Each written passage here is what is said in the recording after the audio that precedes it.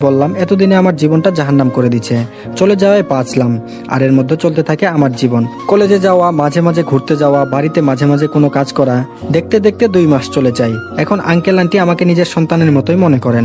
যদিও আন্টি প্রথমে আমাকে একটু খারাপ নজরে দেখতেন, কিন্তু এখন অনেক ভালোবাসেন। অপরদিকে অনন্যার ভাব দেখে বোঝা যায় সে আমাকে ভালোবাসে, কিন্তু মুখ ফুটে কখনো বলেনি। যদিও আমি ওর প্রতি অনেকটা দুর্বল হয়ে পড়েছি, কিন্তু তা কখনো বলা যাবে না, কারণ আমার নিজেরও এখন কোনো অস্তিত্ব নেই। সেখানে ওকে নিব কিভাবে? যাক, অনেক কথা বলছি, এখন গল্পে ফেরা যাক। পরের দিন সকালে উঠে আমি সারপ্রাইজ, কারণ আঙ্কেল বলল ওনার সাথে আজকে অফিস যেতে হবে, যে কারণে আমি রেডি হয়ে নিলাম। আজকে আর কলেজে যাওয়া হবে না, তাই অনন্যা একাই চলে গেল। আঙ্কেল বলল চলো এখন। আমি বললাম আচ্ছা চলুন। আমি আর আঙ্কেল ওনার গাড়ি নিয়ে রওনা হলাম অফিসের দিকে। জ্যামের কারণে অফিসে পৌঁছাতে একটু লেট হয়ে যায়। আঙ্কেল ম্যানেজার সাহেবকে বললেন আমাকে অফিসটা ঘুরিয়ে দেখাতে, তাই আমি ম্যানেজারের সাথে অফিসটা ঘুরে দেখলাম। অনেকের কাজের গতি স্লো, ঠিক মতো কাজ করছে না, কিন্তু আমি কাউকেই কিছু বললাম না, শুধু দেখে গেলাম।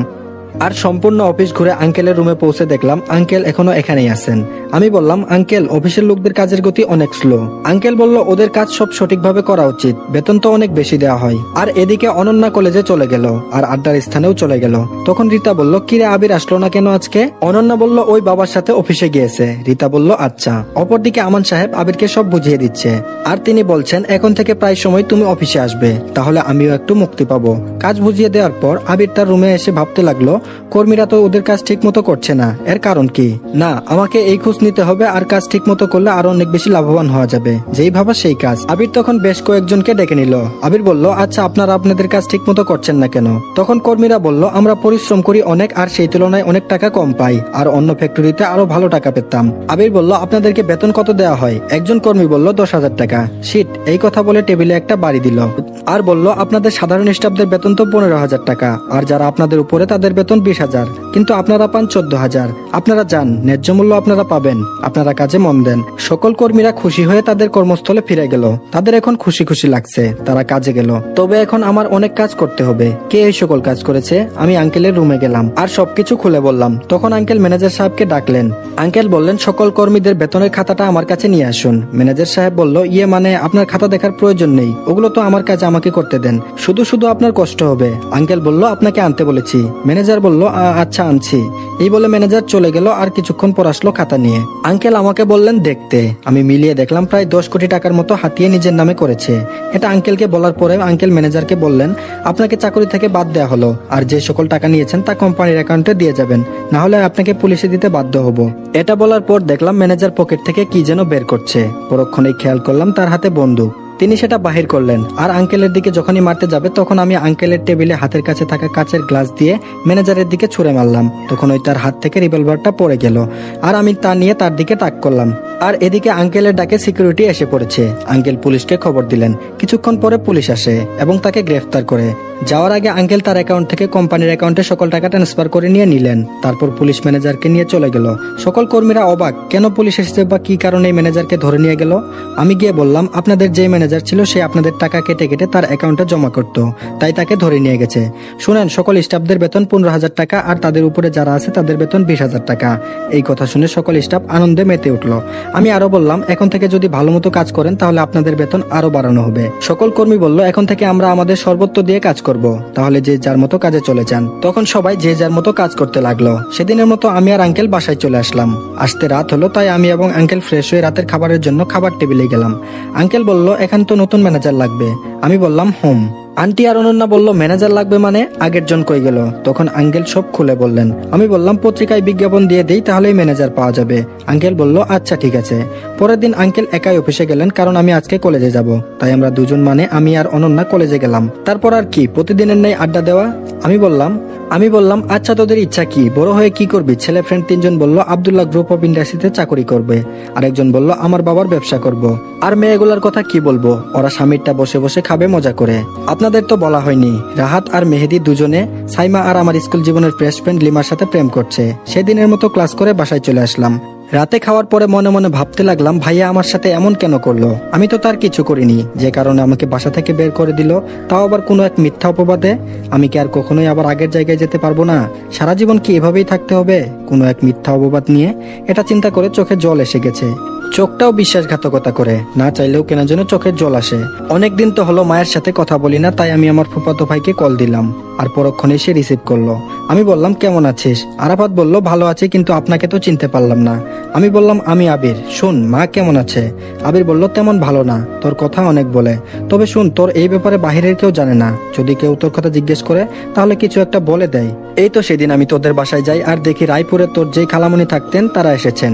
তখন তিনি তোর কথা বলছিলেন। তোর খালামণি বলল আপু তোমার ছোট ছেলে মানে আবিরকে তো দেখছি না। তখন আম্মু বলল ও ওই তো ওর ভাইয়ের সাথে রাগ করে বাসা থেকে চলে গেছে। একদিন মারামারি করেছিল আবির, তাই তাকে ওর ভাই মারে প্লাস অনেক কথা বলে, যে কারণে বাসা থেকে চলে যায়। আর কেমন যেন বাসার আলোটা নিভে যায়। এই বলে আম্মু কান্না করে দিল আর বলল আবার যে কবে ফিরে আসবে আল্লাহ জানে। আরাফাত বলল সেখানে থাকার কিছুক্ষণ পরে আমি চলে আসি। আর তুই বল কেমন আছস, কোনো টাকা পয়সা লাগলে বলিস। আমি মনে মনে বললাম এই হলো বন্ধুত্ব, যেখানে সবকিছু হয় ক্ষুদ্র ক্ষুদ্র। আমি বললাম আমি ভালো আছি আর আমার টাকার কোনো প্রয়োজন নেই। আরাফাত বলল আচ্ছা লাগলে বলবি। আমি বললাম ঠিক আছে। আরো কিছুক্ষণ কথা বলে ফোনটা কেটে দিলাম। আর মায়ের সাথে কথা বলতে ইচ্ছে করছিল, তাই মায়ের ফোনেই ফোন দিলাম, কিন্তু ফোনটা তো এখন বন্ধ। এখন কি করি? ও ভাবির ফোনে একবার ফোন দিয়ে দেখি কি করা যায়। যেই ভাবা সেই কাজ, তাই ভাবির ফোনে ফোন দিলাম। ফোন রিসিভ হলো। আমি বললাম হ্যালো ভাবি কেমন আছেন? ভাবি বলল কে? আবির। আমি ভালোই আছি, তুমি কেমন আছো? আমি বললাম ভালো আছি। মা কই? মার কাছে একটু দেওয়া যাবে? মার কথা শুনতে অনেক ইচ্ছে করতেছে। আর ভাই কই? ভাবি বলল তোমার ভাই বাড়িতে নেই, বন্ধুদের সাথে ঘুরতে গেছে। আর হ্যাঁ মা এখানে আছে, কথা বলো। আম্মু বলল কে ফোন করেছে? ভাবি বলল দেখো কে ফোন করেছে। আমি বললাম কেমন আছো মা? আম্মু বলল কে? আবির। এই বলে আম্মু কেঁদে দিল। আমি বললাম আম্মুর কথা শুনে আমারও চোখে পানি চলে এলো। আম্মু বলল বাবা তোকে ছাড়া আমি ভালো নেই, তুই চলে আয়, না হলে তুই কই আছস বল, আমি তোকে নিয়ে আসবো। আমি বললাম না আম্মু, যে অপবাদ নিয়ে আমি এসেছি তা মিথ্যা প্রমাণ না করা পর্যন্ত আমি আসবো না। তবে চিন্তা করো না, আমি ভালো আছি। আর বেশিক্ষণ কথা বলতে পারলাম না, কারণ আর কিছু সময় কথা বললে আমি নিজেকে কন্ট্রোল করতে পারতাম না। সেদিনের মতো ঘুমিয়ে গেলাম। পরের দিন কলেজে না গিয়ে আঙ্কেলের সাথে অফিসে গেলাম। অফিসে গিয়ে আমি অবাক, কারণ আজকে সকল কর্মীরা তাদের কাজে মনোযোগী। তা দেখে আমি আর আঙ্কেল অনেক খুশি। কিন্তু এভাবে তো চলে না, একজন ম্যানেজার লাগবে, তাই পত্রিকায় বিজ্ঞাপন দেওয়া হলো। পত্রিকায় বিজ্ঞাপন দেখে অনেকজনই আবেদন করলো। আর 2 দিন পরে পরে ইন্টারভিউ। আপনাদের কাছ থেকে 2 দিন স্কিপ করি। 2 দিন পর আঙ্কেল আমাকে ইন্টারভিউ নিতে বলে, যে কারণে আমি ইন্টারভিউ নিতে যাই। বলে রাখা ভালো আমি এক জায়গায় গিয়েছিলাম, যে কারণে আসতে একটু লেট হয়ে যায়। আমি গিয়ে 4th ব্যক্তিকে ম্যানেজারের পদ দিলাম। ও আপনারা তো বুঝতেই পারছেন না, চলেন ফ্ল্যাশব্যাকে যাই। এদিকে 8-10 জন লোক বসে আছে, কখন ইন্টারভিউ শুরু হবে। তো তারা একে অপরের সাথে কথা বলছে। প্রথম জন বলল আজকাল চাকরির যে অবস্থা, ঘুষ ছাড়া চাকরি খুব কষ্টকর। দ্বিতীয় জন বলল আমি 10 লক্ষ টাকা জমিয়ে রেখেছি ভালো কোনো চাকরির জন্য। তৃতীয় জন বলল এখন টাকাই সব, টাকা দিলে চাকরি হবে, না হলে নাই। আপনি চাকরি পেলে কি করবেন? চতুর্থ জন বলল সব জায়গায় টাকা দেখে না, অনেক জায়গায় যোগ্যতাও দেখে। আর আমি নিজের জন্য না, এই কোম্পানির জন্য যা করার করব, কেননা এর দ্বারা আমার জীবন চলবে। যে কারণে এখানে চাকরি হলে আমি আমার সর্বোচ্চ দিয়ে কাজ করব, এমনকি নিজের জীবনও দিয়ে দিব। পঞ্চম জন বললেন আমি এখানে কাজ করে নিজের জীবন গড়ব। আর কয়েকজন আরো অনেক কথা বলল, আর আমি ওদের সাথে বসে বসে ওদের কথা শুনছিলাম। তবে মাস্ক পরে থাকায় অফিসের কেউ চিনতে পারেনি। আরো একটা কারণ আছে, কেননা আমি অফিসে এর আগে মাত্র একদিন এসেছিলাম। তো উপরের বর্ণনা অনুযায়ী আমি যখন চতুর্থ ব্যক্তিকে সিলেক্ট করলাম, তখন কয়েকজন বলল আপনি না আমাদের সাথে ইন্টারভিউ দিতে এসেছেন? তখন আমি বললাম আমি আপনাদের ইন্টারভিউ নিতে এসেছিলাম। আর ওর কথা ঠিক আছে, যে কারণে তাকে সিলেকশন করেছি। আমি তাকে নিয়ে গেলাম আঙ্কেলের রুমে, আর সব কথা বলে তাকে অ্যাপয়েন্টমেন্ট লেটার দিলাম, আর বললাম কালকে থেকে ডিউটিতে আসতে। পরের দিন আঙ্কেল আর অফিসে গেল না, তাই আমি একাই গেলাম অফিসে। ধরতে গেলে আমিই বস। আমি অফিসে বসেছিলাম। অয়ন বলল স্যার আসতে পারি? আমি বললাম আসো, ওখানে বসো। অয়ন বলল ধন্যবাদ স্যার, আমার কি কাজ করতে হবে বলেন। আমি তাকে সকল কাজ বুঝিয়ে দিলাম। এখন বলেন তো অয়নকে? অয়ন হলো একজন নতুন ম্যানেজার, যাকে কালকে নিয়োগ দেওয়া হয়েছে। আজ কয়েক মাস পর আমার প্রথম বর্ষের ফাইনাল এক্সামের রেজাল্টের পরের দিন অনন্যাদের বাড়ি থেকে বের হয়ে অজানা গন্তব্যে পা বাড়িয়েছি। আপনারা তো বুঝলেন না কেন বের হলাম, তা না হয় পরে জানবেন। ভাবছিলাম কেন আমার সাথেই এমন হয়, আমি কি এমন করেছি যে মিথ্যা অপবাদে বাসা থেকে বের হওয়া লাগলো। আর এদিকে আমার ভাই রাজ মনে মনে বলে আমি অনেক বড় ভুল করেছি, কিন্তু তুই তো আমার আপন কেউ না, যে কারণে তোর সাথে এমন করেছি। কিন্তু তুই তো আমার আপন কেউ না, যে কারণে তোর সাথে এমন করেছি। আমি চাইনি এই বিশাল সম্পত্তির অধিকারী অন্য কেউ একজন হোক, আর আমার এই পাপ জীবনে ক্ষমার অযোগ্য। জান্নাত মনে মনে বলল আবির আমি তোমাকে এখনো অনেক ভালোবাসি, কিন্তু আমি কি করব? তখন তো আমার করার কিছু ছিল না, আমার কোনো দোষ ছিল না। কয়েক মাস পর আজকে অনন্যাদের বাসা থেকে বের হয়ে অজানা গন্তব্যে হেঁটে চলেছি। তো কয়েক মাস আগের ফ্ল্যাশব্যাকে ঘুরে আসি কি কি হয়েছিল। ওই নতুন ম্যানেজারকে কাজ বুঝিয়ে দিয়ে বাসায় আসলাম। আজ শরীরটা ক্লান্ত লাগছিল, যে কারণে বাসায় এসে ফ্রেশ না হয়ে শুয়ে পড়ি। সন্ধ্যায় ঘুম ভাঙলে ফ্রেশ হয়ে পড়তে বসলাম। পরের দিন অফিসে না গিয়ে কলেজে গেলাম। আর বলে রাখি আমি যেদিন অফিসে যাই সেদিন আঙ্কেল অফিসে যান না, তাই আজকে আঙ্কেল অফিসে গেছেন আর আমি যাইনি। আমি কলেজে গিয়ে আড্ডা দিচ্ছিলাম, তখন একজন বলল আমরা সবাই কোনো এক জায়গা থেকে ঘুরে আসি। আমি অনন্যার দিকে তাকালাম, সে বলল যাবে, তাই আমিও বললাম কোন জায়গায় যাবি। সবাই বলল কক্সবাজার যাবে, তাই আমি কিছু বললাম না। যদিও আমি কক্সবাজার অনেকটা জায়গায় চিনি, কিন্তু কিভাবে চিনি তা এখন বলবো না, আস্তে আস্তে জানতে পারবেন। তাই কবে যাওয়া যায় তা ঠিক করতে লাগলাম। আমরা বেশ কয়েকজন, আমি, অনন্যা, লাকি, রাহাত, মেহেদি, রাফি, সাইমা, সারা আলী, তালিমা, এই 10 জন যাব। তা সবাই ঠিক করলাম 1 সপ্তাহ পরে যাব। সেই দিনের মতো ক্লাস করে বাসায় আসার সময় দেখলাম একটা ছোট মেয়ের বয়স 10-11 হবে, ফুল বিক্রি করছে। আমি ওর কাছে গেলাম, দেখলাম রজনীগন্ধা ফুল। মেয়েটি বলল ভাইজান ফুল নিয়ে যান, একদম টাটকা ফুল নিয়ে যান ভাইজান। আমি ওর কাছে গেলাম, কয়েকটা ফুল ছিল, কিন্তু আমি ওর কাছ থেকে 5টা ফুল নিলাম আর তাকে টাকা বেশি দিলাম। তবে হ্যাঁ, অনন্যা আমার পাশেই ছিল আর আমি ফুলগুলো ওর জন্যই নিয়েছি। ফুলগুলো নিয়ে হাঁটতে লাগলাম, তখন অনন্যা বলল আচ্ছা ফুলগুলো নিলে কেন? আমি বললাম তোমার জন্য নিয়েছি, আর এটা তো তোমার প্রিয় ফুল। অনন্যা বলল এই 1 মিনিট, তুমি জানলে কিভাবে?